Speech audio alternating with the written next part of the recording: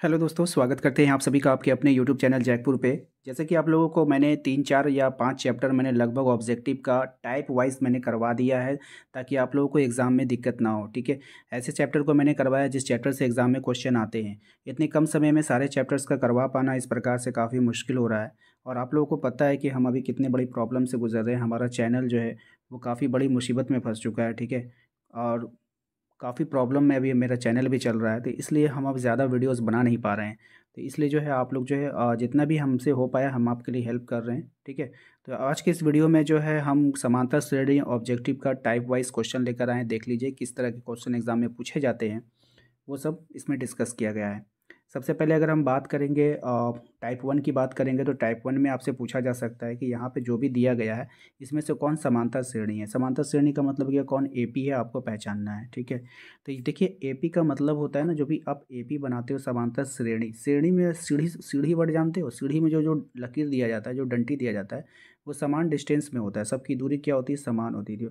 AP वही होगा जिसका डिस्टेंस समान होगा, ठीक है। अगर आप देख पा रहे हो कि यहाँ पे डिस्टेंस किसका समान है, तो अगर आप उसको निकालते कैसे, जब आप A2 में A1 को घटाओगे, ठीक है, दूसरे वाले में इसको घटाओगे, तो आपका एक D का वैल्यू निकलेगा। और उस D का वैल्यू ही क्या होता है, वो समान होता है, ठीक है। तो यहाँ पर अगर आप देखोगे तो आप ऑप्शन सी आपका इसका राइट आंसर होगा। यहाँ पर आप जब 1/2 में 3/2 को माइनस करोगे, तो जो आपका आंसर आएगा, और फिर इसको आप इसमें माइनस करोगे तो इसका आंसर भी सेम हो जाएगा, फिर इसको इसमें माइनस करोगे तो इसका भी आंसर सेम ही निकलेगा। तो इस तरह से आपको पर्टिकुलर चेक करना पड़ता है सभी को, ठीक है। तो आप इसको बना लेना, यही इसका आंसर होगा, ठीक है। दूसरा देखो एपी में, जैसे कि यहाँ से पूछा, इस सवाल में आपको क्लियर हो जाएगा कि इसका कौन सा एपी है। तो यहाँ पर देखो, अगर 4 में 2 घटाओगे तो 2 आएगा, और 8 में 4 घटाओगे तो 4 आएगा। तो ये एपी नहीं होगा, यहाँ पर भी 2 ही आना चाहिए था, ठीक है। अब देखो 3 में से अब 1 घटा दो तो 2 आ गया, 5 में से 3 घटा दो 2 आ जाएगा, 7 में से 5 घटा दो 2 आ जाएगा। तो इस सब जगह 2 2 आ रहा है, तो यही इसका एपी कहलाएगा, ठीक है। तो ये इसका एपी हो गया। टाइप 2 की बात करें तो टाइप 2 में क्या आपसे पूछेगा, तो कह रहा है कि एक एपी आपको दे दिया, इसका सारवंतर बताइए। तो बिल्कुल आसान है। अब सारवंतर कैसा आता है, तो सारवंतर निकालने के लिए अभी हमने बताया कि A2 में A1 को माइनस कर दीजिए। तो A2 में जब A1 आप माइनस करोगे तो आपका आंसर कितना आ जाएगा, 4 आ जाएगा। क्यों, क्योंकि A2 कितना है आपका -1 है, और माइनस तो ये फॉर्मूला से आया, और ये A1 कितना है -5 है। ये ब्रैकेट हटाओगे तो माइनस माइनस प्लस हो जाएगा, फिर प्लस माइनस माइनस होगा, 4 आ जाएगा, ठीक है। तो ऑप्शन नंबर सी हो जाएगा। क्वेश्चन नंबर 2 में देखिए, फिर से आपको एक एपी दिया है, कहेगा इसका सारवंतर लिखिए। तो सारवंतर निकालने का तरीका क्या है, A2 में A1 को घटा दीजिए, A2 का वैल्यू रखो, A1 का वैल्यू रखो, घटाओगे तो 1.1 आ जाएगा। ऑप्शन नंबर ये आंसर हो जाएगा, ठीक है। क्वेश्चन नंबर टाइप 3 में, ये टाइप 3 का सवाल देखिए किस प्रकार से आपसे एग्जाम में पूछा जाएगा कि प्रथम पद ए या सारवंतर डी वाला एक एपी का nवां पद निकालिए। तो ये डायरेक्ट फॉर्मूला आपसे पूछ लिया है कि इसका पद ए है, सारवंतर डी है, तो एपी का nवां पद क्या होगा। तो इसका याद रखिए, इसका जो फॉर्मूला होता है वो ए एन बराबर होता है A plus N minus one into D. इस पर काफ़ी सवाल बनता है, तो ये फॉर्मूला आपको याद होना चाहिए, ठीक है। चलिए क्वेश्चन नंबर 2 पे आते हैं। इसी से रिलेटेड एक सवाल आपसे पूछ लिया गया है कि 10 7 4 का 30वां पद क्या होगा। देखिए हम जो सवाल आपको बता रहे हैं वो हूबहू एग्जाम में नहीं आएगा, लेकिन इस टाइप का आएगा। अगर वहाँ पे थोड़ा बहुत नंबर इधर उधर होता है तो आपको मैनेज करके वहाँ बनाना होगा, ठीक है। आप लोग सिर्फ तरीका सीखो कि क्या होता है। अब जैसे आपको 30वां पद बोला है, तो ए आपको 10 दे दिया है, डी अगर आप निकालना चाहो तो 7 में इसको घटाओगे तो -3 डी आ गया आपका। एन कितना हो गया, 30। पदों की संख्या कितनी है, 30। तो 30वां पद आपको निकालना है। तो यहाँ पे देखिए, आप जैसे ही ए एन बराबर ये फॉर्मूला लगाओगे, तो यहाँ पर A30, ठीक है, A30। तो A30 में कितना आ गया, 10।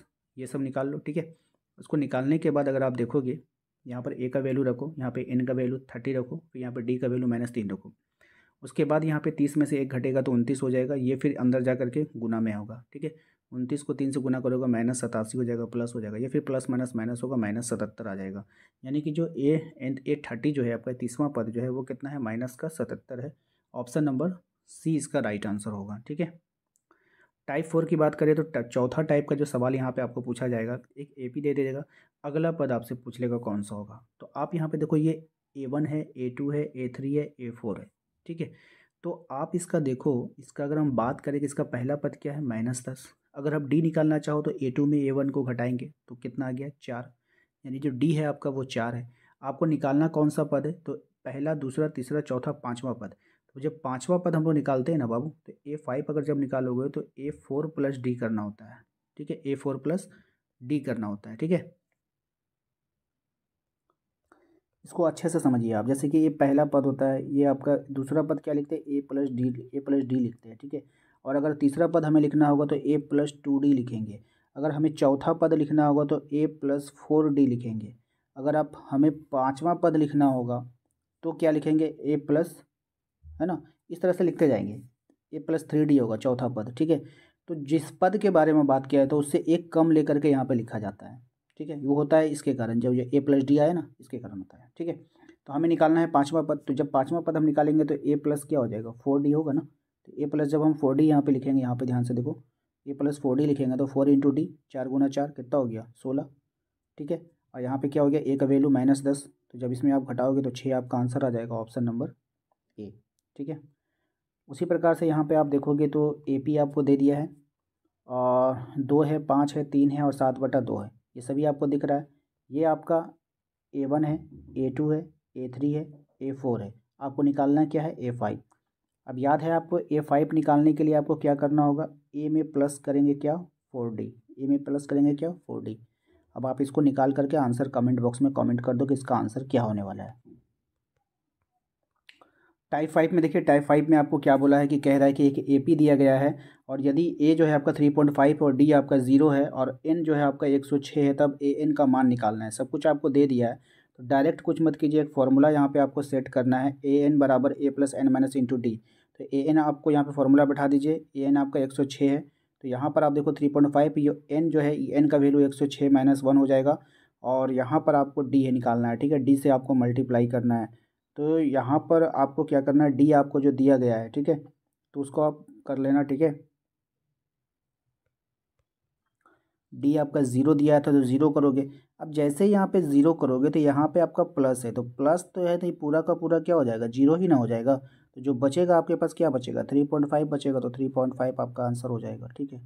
इसी में आपका दूसरा सवाल देखिए क्या कर रहा है कि एपी में यदि ए 7 है, डी इतना है और एन आपको दे दिया, तो ए एन का वैल्यू आपसे पूछ लिया है। तो ए एन बराबर क्या हो जाएगा, A plus N minus one into D. तो अब यहाँ पर देखो, ए का वैल्यू रख दो, एन का वैल्यू रख दो, और डी का वैल्यू 3 रख दो। तो 8 में से एक जाएगा 7, 7 गुना 3 हो जाएगा, 7 या 21, और 7 मिलाकर कितना हो गया, 28। ऑप्शन नंबर सी आपका आंसर हो जाएगा, ठीक है। टाइप 6 में आइए। टाइप 6 में कह रहा है कि 10 और 250 के बीच 4 के कितने गुणज है। इस तरह का सवाल काफ़ी अलग टाइप का सवाल होता है, और ये स्पेशल टाइप सवाल में आते हैं, ठीक है। और आपका बहुत सारा सवाल जो यहाँ पे स्पेशल टाइप सवाल में, उम्मीद करते हैं कि आप लोगों ने उसको कर लिया होगा। अगर आप लोगों का इस तरह का स्पेशल टाइप सवाल होता है, मैं सवाल को पढ़ देता हूँ आपको, क्योंकि मैंने इसमें ज़्यादा सवाल डिस्कस नहीं किया है, केवल एक सवाल मैंने इसमें बताया आपको। आप लोग हमें कमेंट कर बताना है कि स्पेशल टाइप सवाल है, जैसे कि 2 अंकों वाली कितनी संख्याएँ 3 से विभाजित है, 3 अंकों वाली कितनी संख्याएँ 7 से विभाजित है, 0 और 50 के बीच में विषम संख्याओं का योग। उसके बाद आपका बहुत सारी है, 6 से विभाज्य प्रथम 40 पूर्णांकों का योग। इस तरह का स्पेशल सवाल जो है आपके एपी में पूछा जाता है, ठीक है। और बहुत कम पूछा जाता है, लेकिन एपी में आपका है। आप लोगों ने अगर कर लिया है तो उसको कमेंट कर हमें बताइए कि हाँ हो गया है। चलिए, अब इस वाले सवाल को देखो, 10 और 250 के बीच में 4 के कितने गुणज होते हैं। तो देखो, 4 के गुणज का मतलब उसका टेबल में आना चाहिए 4 का। तो 10 और 250 के, 10 के बाद और 250 के पहले, तो 12 होगा, 16 होगा, 20 होगा, और 250 के पहले जो इसमें आएगा 248 आएगा, जो 4 के गुणज में है, ठीक है। इसी के बाद आप इसको, ये आपका एपी तैयार हो गया। अब आपका ए मिल गया, डी कितना है, 16 में से 12 घटा के देख लो, 4 का डिफरेंस चल रहा है, ए एन कितना हो गया अंतिम, तो हो गया आपका 248। अब हमें क्या निकालना है, कितनी संख्याएं, यानी एन को वैल्यू फाउंड करना है। तो आप देखो, ये वाला फॉर्मूला लगा देना है, ए एन बराबर A plus N minus one into D. आप टोटल जो आपका ए एन था 248, वो लिखो यहाँ पे, 12 लिखो, N minus one into D, N का ही वैल्यू आपको निकालना है।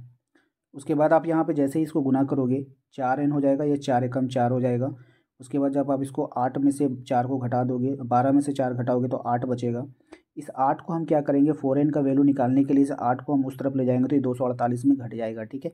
तो 4n बराबर कितना हो जाएगा, 240 हो जाएगा। n बराबर 240/4 हो जाएगा, जो 60 बार में आपका कटेगा, तो n बराबर कितना आ गया, 60।